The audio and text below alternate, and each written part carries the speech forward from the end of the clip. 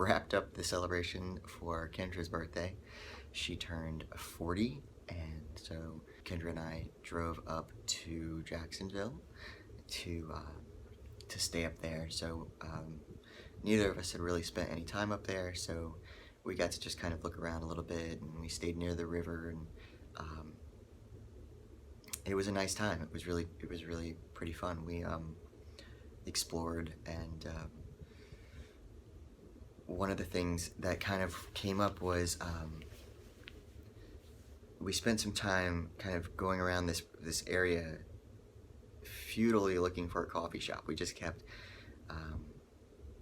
we find one on the GPS and then drive to it, and there would be no coffee shop. And it took us a little while to realize that they were like inside buildings. We were in like an area that would have been where people worked, and so they were all like in the lobby of the buildings that were the little area we were in. So none of them were open on this like Saturday morning when we got there. And it was, so it was just a very frustrating round and round, and we didn't know where we were, and I'm learning things about myself,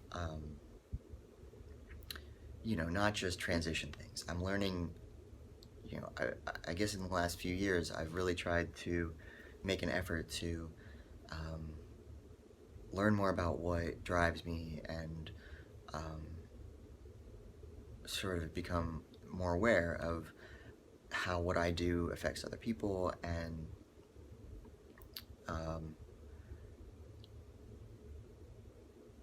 just come to terms with that I can't do everything. Everything's not going to go my way, and I've kind of had this sort of toddler mentality where if things didn't go my way, I would become frustrated and either throw a fit or start something else. And for whatever reason, that's kind of I was able to do that for so long, but I guess it's like you get uncomfortable enough. Well, it took me a really long time to get so uncomfortable, I guess. But I've learned that if I kind of address this stuff, then not only am I happier, but everybody around me is happier. And I also feel like coming to terms with my transition and putting a name to it, and feeling like it's finally kind of like a page is turned or something, has released me or to do a lot of things that would be more traditionally feminine, right? So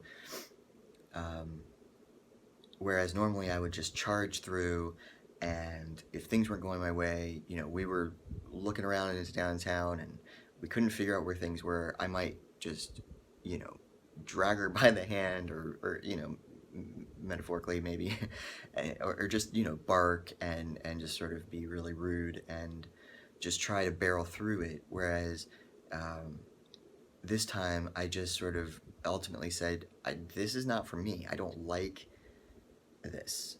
I just don't care to try to navigate through this. I don't need to be the captain right now. I don't need to try to make something happen here. It's frustrating, and it doesn't seem to be frustrating you, so maybe you could take the lead. And it just felt natural to do that. And so I kind of, I don't feel the need to, puff up and, do sort of stereotypically masculine, macho things to, prove myself to anyone. That's not necessary to me. And the more comfortable I feel as sort of being accepted as male, being seen as male, being able to express myself in all of the ways that I've always sort of felt inside to that would be most natural, it has just let me be a person that is able to explore all of the parts of myself that I guess everybody else has the opportunity to do, right? So it's not necessarily about what parts are feminine or what parts are masculine. I just get to explore them all more honestly, because I don't have to, um, you know, try to play any kind of a game about what I present to people or what I don't. So, um, anyway, I very much appreciate you guys watching if you are still watching. And, if you have any questions or if you want me to talk about anything in particular, let me know, because I'll be happy to do that. So thanks for watching.